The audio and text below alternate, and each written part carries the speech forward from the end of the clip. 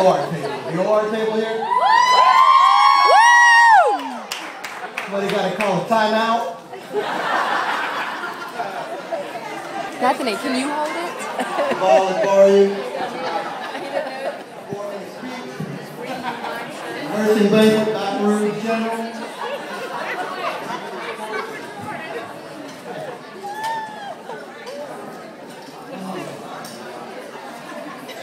I wasn't quite ready to say this, but I guess you'll never ready sometimes, right? Good evening, everybody. My name is Dhaval Adhvaryu, one of the surgeons at the Baton Rouge General. A very happy nursing day to all of our nurses and our wonderful staff. It is a privilege to be here tonight with all of you, and an even greater honor to actually serve as a keynote speaker. The nurses of the Baton Rouge General are near and dear to me. They create a positive energy in my life, which helps me take care of my patients, which brings me here today, and I thank you for everything you do. I mean, that's not funny. That is not a joke. See what happens? So, I tell you. So, in any case, it was just a year ago when I was nominated as Physician Friend of Nursing. And I actually thought I could win. Up until Anna Kaz kind of says the required attributes for a Physician Friend of Nursing, and she says, "This physician is always available." And I said, did she say always available? Because then I won't win. My son was under the table and he goes, "Daddy, you can't win this." So I prepared a speech that was initially too long, so I had to kind of truncate it for you. But I did keep it PG-13 by multiple requests. And for those of you who don't like this speech, I mean, I can do better, I promise. You know, I put on a pretty good R-rated show at Mid-City, 5 days a week, and 1 to 2 weekends a month. Now, we know what nursing is today. And oh, by the way, Mr. Holman, some of my data conflicts with yours, and I apologize ahead of time. I mean no disrespect. I have to give a disclaimer to the boss, you know? So we know the nursing is today, and we may argue about its future, but there's no denying its past. Everybody knows the lady with the lamp, Florence Nightingale. Does anybody know who Mary Mahoney was? Anybody want to shout it? Sure. Go ahead. Oh my God, it's not a test. It's not a test. There's no prizes and there's no awards, unfortunately. She has a restaurant in Biloxi, Mississippi. All right, very good. She is the first African-American nurse. She is given credit. Yeah, absolutely. She is given credit for advancing nursing for all minorities. What about Linda Richards? Wife of Keith? Yeah. And Keith Richards is here tonight. Anyway, Linda Richards, she was the first professionally trained nurse, American nurse, I should say. She's the one who established the idea of keeping individualized medical records. So this paperwork issue is your fault. So these are the nurses that inspired the ideal that nursing is a calling from God. Your mama told you when you were young, girl, you are a secret. She laid your hair back, put your lipstick on. Even some of the guys. Not that there's anything wrong with it. There ain't no shame in loving who you are, because he made you perfect, babe. Just hold your head up and you'll go far. And far you go. So you go to school, and there starts your dream. You try to aid the healing and critically ill patient with compassion and care. You study hard, you jump over all these hurdles, and create $20,000 to $100,000 in debt. And that's how much it costs to become a nurse. Arguably a bad investment, but start your job and various realities set in. There's paperwork, there's charting, there's red tape, there's politics, and there's doctors.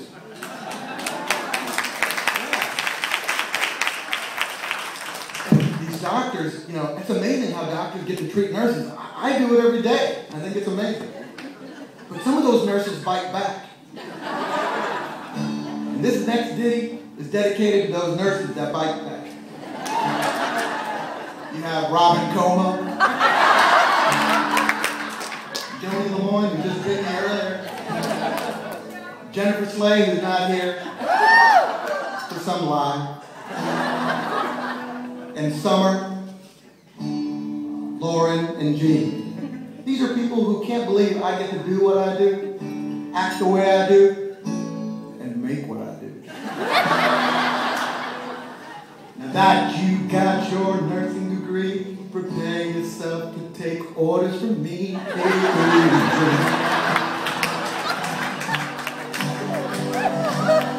probably think that I'm cocky and lame. Don't hate the player, hate the game.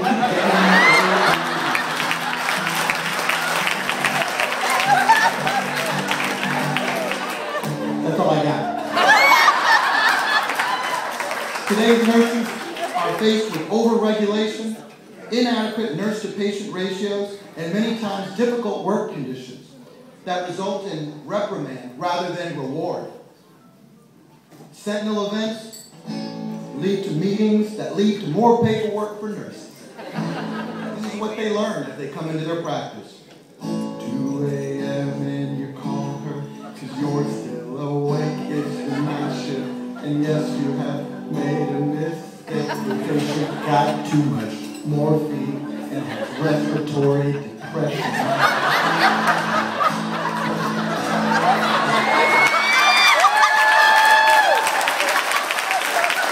And, you know, honestly, as a doctor, when they told me to do this, I did look for a code to see if I could bill for it.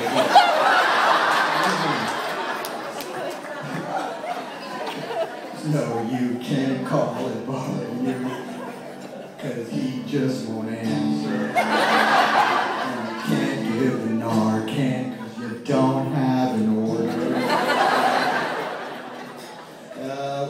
No one can find a supervisor, so cradle your head in your hand.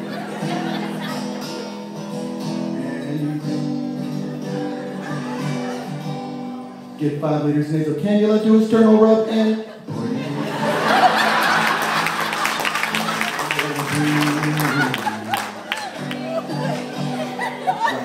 hold on, write the incident report.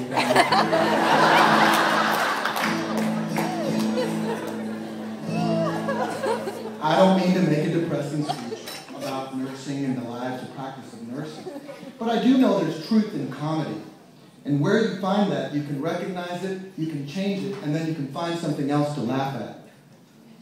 The fact is there are over 3 million registered nurses in America today, and 2.5 million of them are in practice prepared to take care of our population. 300 plus million. Nursing profession is fraught with attrition and difficulties with retention of experienced staff. Nurses with special skill sets are deemed expendable and often have junior staff that make more money than them. In a 2008 study, the nursing job satisfaction rate was graded at about 29.3%, 29.3%. A similar job satisfaction survey for physicians was 51%. But you know how doctors are, you can't make them happy. And in any case, if you ever feel sympathy for a doctor and see his head going down and saying, oh, life is tough, just ask to see his W-2. And your sympathy will fail. Another interesting point to be made is my own homeland of India provides the world with an abundance, a plethora of business entrepreneurs, engineers, physicians, computer guys, and a paucity of nurses. India itself faces a shortage of about 2.4 million nurses. And given our infiltration of convenience stores, where's Lord Banda? I'm going to get myself in trouble with me a cobra outside of my house. No, I'm sorry. I'm telling the truth, though, sir. I'm sorry. So, you know, given our infiltration of convenience stores, and you know what I'm talking about, hotels and motels, you should know what I'm talking about. When you go to a hotel and it says Sam Patel, that's not an American guy. So, the thing is, and of course, medicine. I mean, just look around. I mean, you know, there's all kinds of new doctors all over the place. They take our jobs, they don't buy our rice. That's a different story.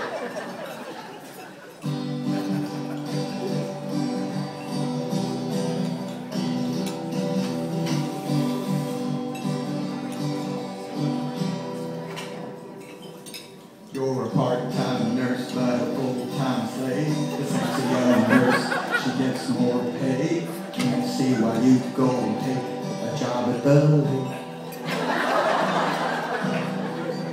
But you try to fight, try to make us proud. Oh, well means, oh, laugh out loud. And work for a joke. Thank you for what you do. The lake is do.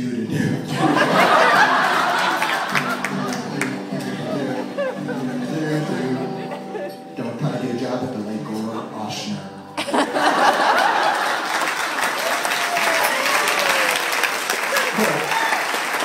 Nurses are nurses. This might be true, but experienced, knowledgeable, and problem-solving multidisciplinary nurses are hard to come by and worth their weight in gold. I feel that these nurses deserve the same respect as our esteemed doctors. I think they should know this, they should feel this, and they should see this in their bank accounts.